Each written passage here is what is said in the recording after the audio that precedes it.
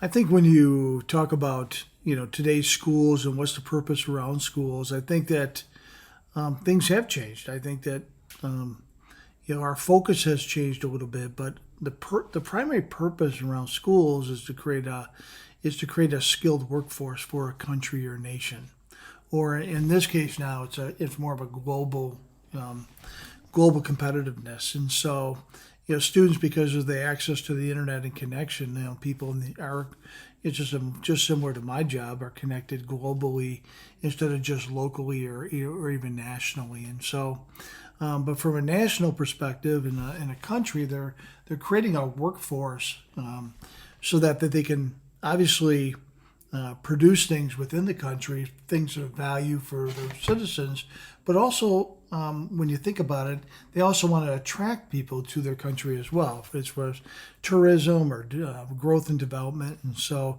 you need to have a workforce that is able to handle either people coming to your country from two levels, from a tourist standpoint, and also from a commercial standpoint as far as businesses and so forth. So, people are able to accumulate jobs and so forth. So it keeps their economy going and their structure going. So that's the purpose behind schools. It's always been behind schools.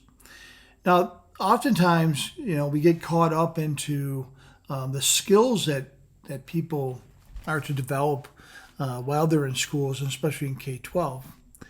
And what I'd like to do is like to put them in three different categories, and that is, you have basic skills, which are more entry level, and where people are given a process to follow. They're given, such as like cashiers, or someone at a very who make a minimum wage, someone who is given something to do, and they're to follow exactly that process, because we know that's the outcome that we're looking for.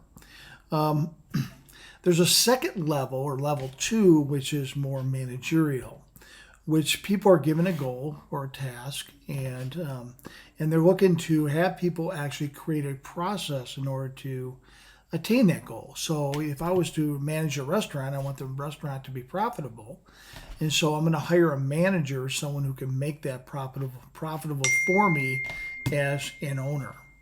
Now, one of the things that we're going to do is we're going to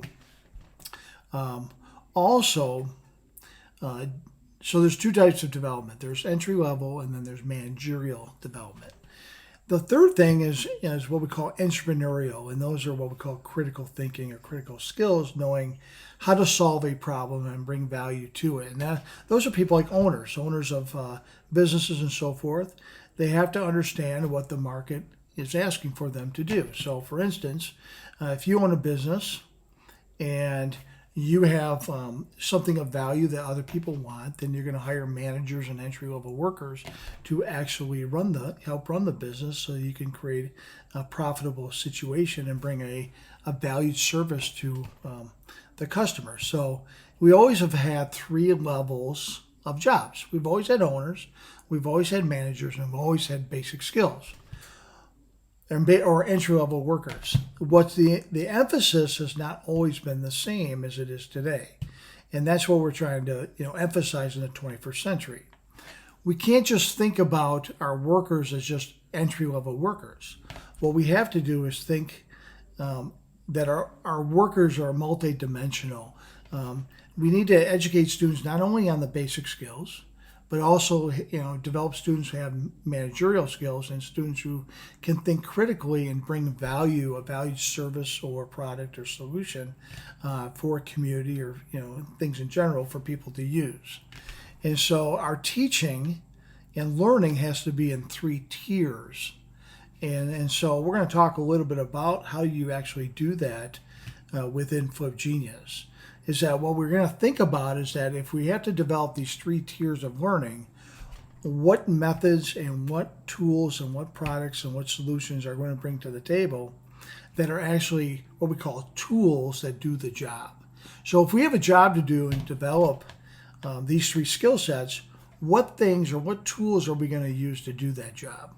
And so we're going to get into some of that area, and so also we want to talk in another video. We're going to talk about defining what actually innovation is. And I think that's really important in our next step, is that if we're going to create these three tiers, we have to know what, how do we do that innovatively? And so, that we want to define clearly what innovation is before we dive into actual the work. And so we're going to do that, for you in the next video.